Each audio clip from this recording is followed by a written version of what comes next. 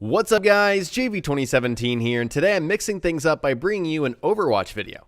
Ever since competitive mode came to the game on Xbox One less than a week ago, my friends and I have been grinding away at those placement matches, getting all 10 of them. Unfortunately, our win-loss ended up being 5-5, which is not as good as we usually are in public mode, so that was a bit disappointing, and I ended up with a personal rank of 50, which left me feeling exceptionally average. Like, you know, you're not anywhere near 100, which is good, or 1, which is terrible. You're just 50, right in the middle. So I thought, hey, you know what, that's actually no big deal. I'll just hop into competitive with pretty much a pre-made and see how we do and rank up my own individual rank. That was kind of the idea. The following several matches showed me a few things. First off, I really love competitive mode. It is truly competitive. Going in there with a pre-made is a lot of fun, and really grinding it out, trying your hardest with your buddies is a really rewarding experience. However, at the end, I was always extremely disappointed with the rewards that I was getting in terms of my individual player rank. I didn't catch my elimination to death ratio or however many medals I was getting in these matches, but the first 4 competitive matches after being placed went like this. First game was a win, and I gained literally 5% of a level towards 51, so I thought, hey, maybe this is going to take a while. Our next game was a loss. It was our first loss, and I lost 70% of a rank. I went all the way down to only, what would that be, 35% of progress towards 50. So I was ranked 49 with only 35% progress towards the next level. And so I thought, oh my goodness, did I really perform that badly? And I certainly did not, and so I'll get to that in a second. Next, our next game, we won. It was our second win, and I gained another 5% of a level. So at this point, I was like, something seems up. What is up with this mode? What is up with this ranking system? I don't know what's going on. And then our fourth game was another loss, and we lost another 70% of a level, just down like that. And there I found myself at rank 48 after playing 4 games and going 2-2 on our win-loss ratio. During those games, I can't recall an exact elimination to death ratio overall, but I can say that at worst, I got a mix of bronze and silver medals throughout those games, and at best, I got a couple gold medals, you know, whether it be damage dealt or, you know, objective time. I'm usually the one with a lot of objective time on our pre-made teams, and so I'm just thinking, why am I losing this individual progress when I clearly did, you know, contribute? I think the only time I negatively impacted my team was when I went maybe like a 17 eliminations and 16 deaths game, which is still positive if you're, you know, using eliminations, but of course that's kills and assists. And so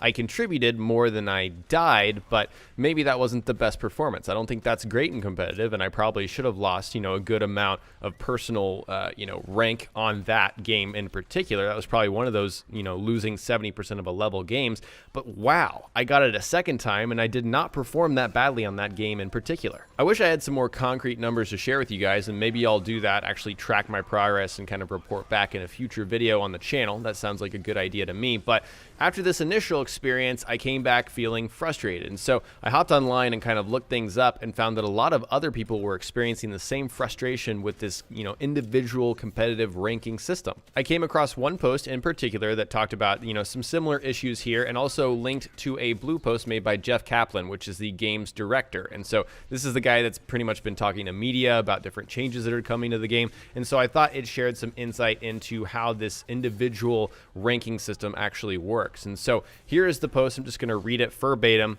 In Overwatch, whether your MMR, which is matchmaking rank, goes up or down is contingent on winning or losing. So that is it. If you win, you are going to get progress, and if you lose, you are going to lose progress to your individual rank.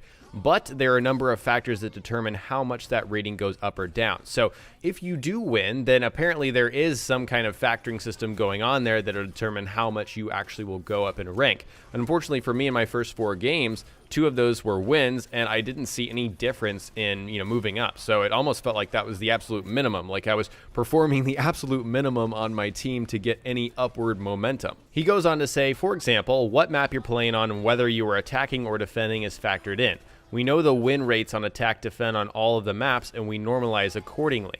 Not all wins and losses are equal. We also look at your individual performance on each of the heroes you played during that match. Everyone has better and worse heroes, and we have tons of data showing us what performance levels should be like on those heroes. We also look at your opponents and whether or not their matchmaking rating is higher or lower than yours. These are just a few of the things that are considered when determining how your skill should go up or down.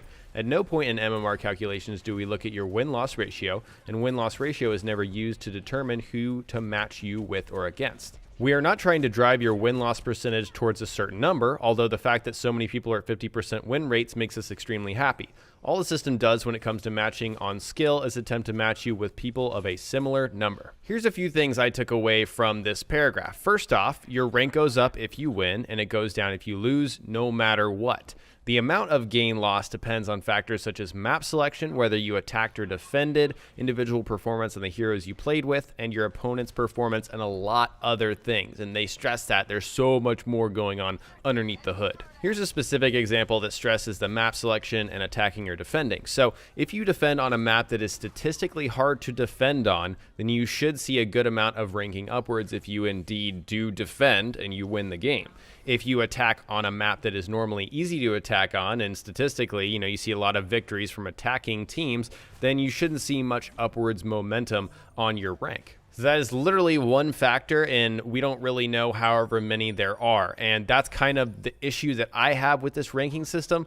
And maybe it's trade secrets. Maybe they're just trying to give us a few bits and pieces of how they calculate their MMR because they don't want other companies to take this and make a better product and make a better competitive mode. And I understand all that. It's business, right? But it would be really consumer friendly, I think, make everyone a lot more comfortable if Blizzard made some of these statistics public, not their exact internal procedures on how they get their rankings and whatnot. I'm not talking about that. I'm talking about this map selection thing, this idea that if you attack on a certain map that's hard to attack on and you win, you succeed. And I want to see, the exact percentage. Like, is there a 40% chance of people attacking and winning on Mumbai, which is the map that we're on right now? And if that's the case, and I attack and successfully on this map, then I should get some real solid upward momentum.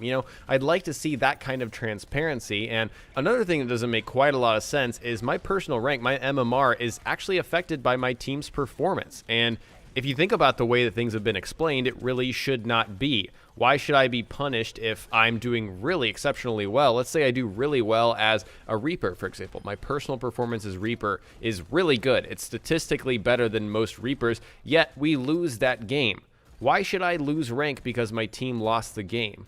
And especially so if we're playing 6 solo players versus 6 solo players in no groups. I planned on doing a lot more complaining in this video, but I went to record some footage because I hadn't recorded any Overwatch for this specific video. I played some competitive, and I had a huge progress gain by winning a game. And this is the first time I had ever seen this. I was playing Junkrat.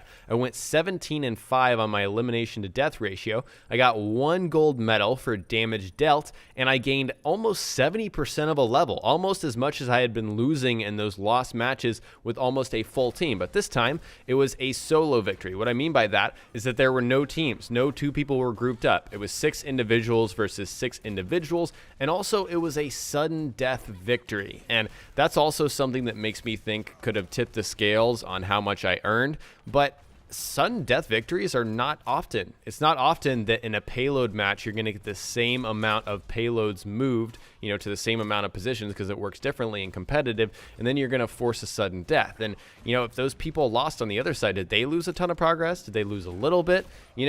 There's just so much that we don't know. And again, trade secrets, I've already talked about that. I just think having statistics out there would help us understand why we're losing a bunch of progress or why we're gaining a bunch in this game. Because I didn't feel like this performance was that much better than what I did when I won those other games with a full team. Anyways, guys, I'm just advocating for more transparency. I think Blizzard needs to let us know a little bit more about why we're losing as much progress as we are when we lose a game, or why we're gaining as much when we win a game. I'm truly dumbfounded as to why this sudden death match, gave me such a big boost, and I only got like 5% progress on another match when I won. It just doesn't make sense to me. So I invite you guys to share your thoughts on competitive mode in Overwatch in the comments below. Do you think this ranking system is working? Do you think it needs some kind of tweaking, or do you just look for more transparency like I do? Share your thoughts in the comment section below. All right, guys, today I shared my thoughts on the Overwatch competitive mode and its ranking system. If you learned something new or enjoyed this video, remember to hit that like button. I would really appreciate it. Talk to you guys next time. Peace.